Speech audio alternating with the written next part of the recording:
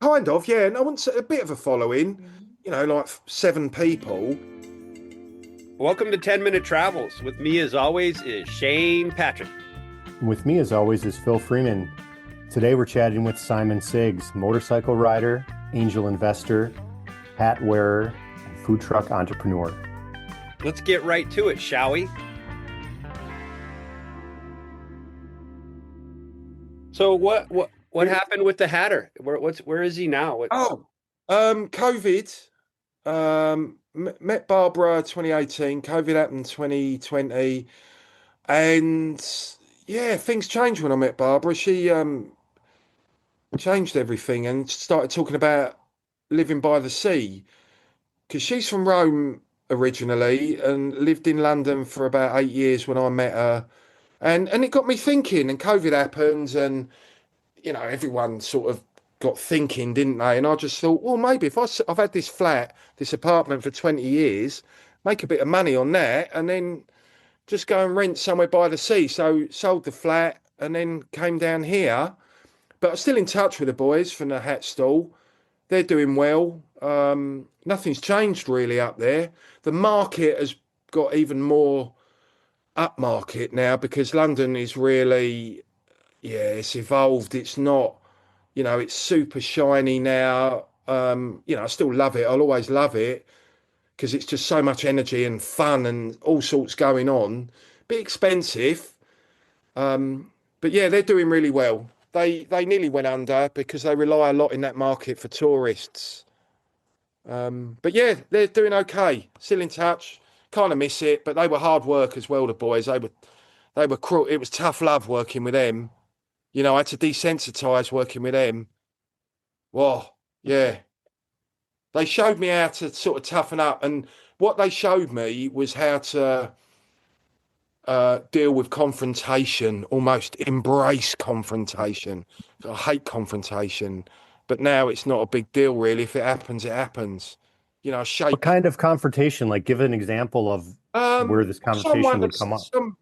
some arrogant sod will come over, say with a hat, and just be mean and horrible, and try to break you down for the money. And it's a small example. I can't stand arrogance, and where I'd go, all right, yeah, okay, you can have it for that much, and walk away and be a bit annoyed with myself that I've let them get away with it. Now it'd be like, uh, not really, mate, because you're not very nice. So I'm not. Why would I give you a discount? Something like that. And not worry about this review society that we're in. I've got a similar issue with a cafe now. If you get a bad review, oh no! But we've got so many good reviews now. That I'm starting to learn how to not give a toss, basically. That means you're not Reading, wearing pants to work. What does that mean? No, what's that? you just stop wearing pants to work now. Well, yeah, I don't care that much. So, Well, maybe you could really lean into it and strive for terrible reviews. And then maybe you'd have a customer base who showed up for you to tell them to get bent. yeah, yeah, with no pants on. Yeah.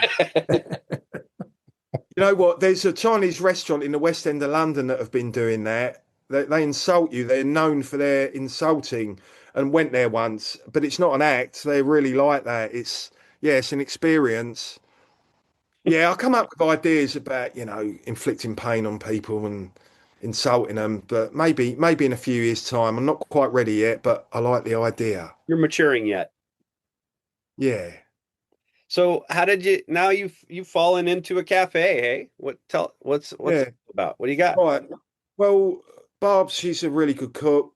She, like most Italians, they learn to cook when they're young. Um, so when we moved down here, I was thinking about trying to organise motorcycle tours. I remember chatting to you, Hmm. and then you made me realise the reality of it. So it's like, well, what are we going to do then? And I thought, well, her food's great. If we got a van, there's not many Italian food trucks. So I had a bit of money left from the apartment sale. Got this food truck and then started doing it in breweries around Kent. It's a southeastern county outside of London. And yeah, it gradually built and built up, made a living out of it, just paying the bills.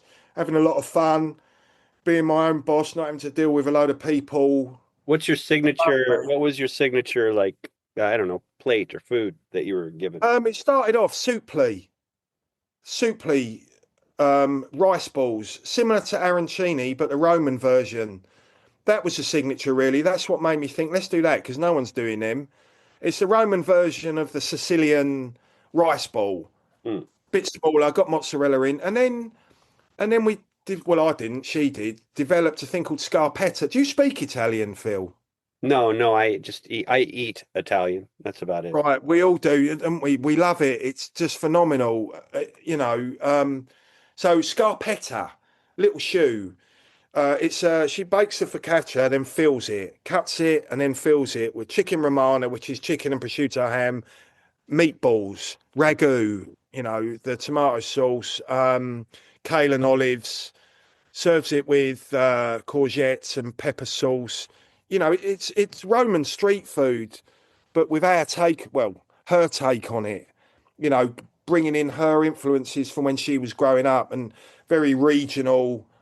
Yeah, it's great. I mean, the porchetta, I'm doing that with her watching. It's a 2,000-year-old recipe. It's from the Roman times, and they've never changed it. Two parts of the pig, herbs, long, slow process cooking, and you can smell it from a mile away, and then it's delicious. So I sort of get involved in the cooking a little bit, but I'm just out the front. It's only a tiny little place. I like doing the So coffee. It's a rich, you guys evolved. Like, I've seen yes, other food carts. So you're doing well, and then you have a following, and then you have an opportunity to get a brick and mortar. Is that how it happened? yes, kind of, yeah. And I want a bit of a following, like 7 people, but it doesn't matter because we're going to somewhere new. We're near where we are, and those 7 have come back. And we're developing more. And it's only a couple of miles up the road. It's easy to get to. And it's fun. It's just like being on a MotorQuest tour for me. I'm meeting all these people and I'm in that situation that I really love where I get to, I don't know, get to chat to everyone and find out about all these people. And then they come back because they're having a nice experience and the food's great. And it's a little bit different. No one else is selling that food. It's Italian restaurants. It's an original carbonara. There's no cream in it. It's guanciale meat and not pancetta. It's an authentic experience. It's people are saying, and in England, I don't know if I'm guessing the same in the States. They're really, they're Italiophiles here. They've got this. Everyone loves Italy. God, the amount of people that come in and say, "I had a great time over there."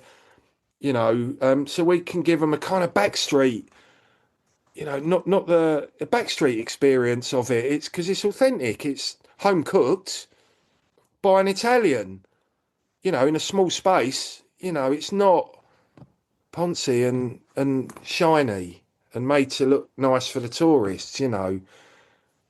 Yeah, love Nice. it. I was mad. If you'd have told me when I first met you that this would be happening, I'd have laughed. Like, what are you talking about? So I love it. It's great. It's all just evolved. Just one thing leads to another, and yeah, it's great. Really happy. Yeah, but I want to do another bike trip, and I miss you fuckers. I really do. I'd love it. I'd love it if some. I've thought about it. Just get them all together, throw it out there. I don't know. I don't know where. Who knows where? I Somewhere got some new. ideas, but I'll tell you a little bit later. I got some ideas. Do it, please, because I drag Colin out. Colin's in California. He's just done his first film. Yeah, Colin's one of our buddies. He used to share a a garage with him in London, right? To store your bikes. yeah. That's how you met him. And he went to film school with another guy named Jason, and they kind of went their different ways. But he's an editor full time. Colin is, and I just remember him saying, "It has been a privilege to allow you to meet me as a Scotsman." Uh, That was Simon Siggs, motorcycle rider, angel investor, hat wearer, food truck entrepreneur. If you want to learn more about Simon or anything else that 10 Minute Travels does, please check out 10minutetravels.com. We want to remind you that your sense of humor matches your sense of adventure. And please like, subscribe, and share this podcast on all the platforms.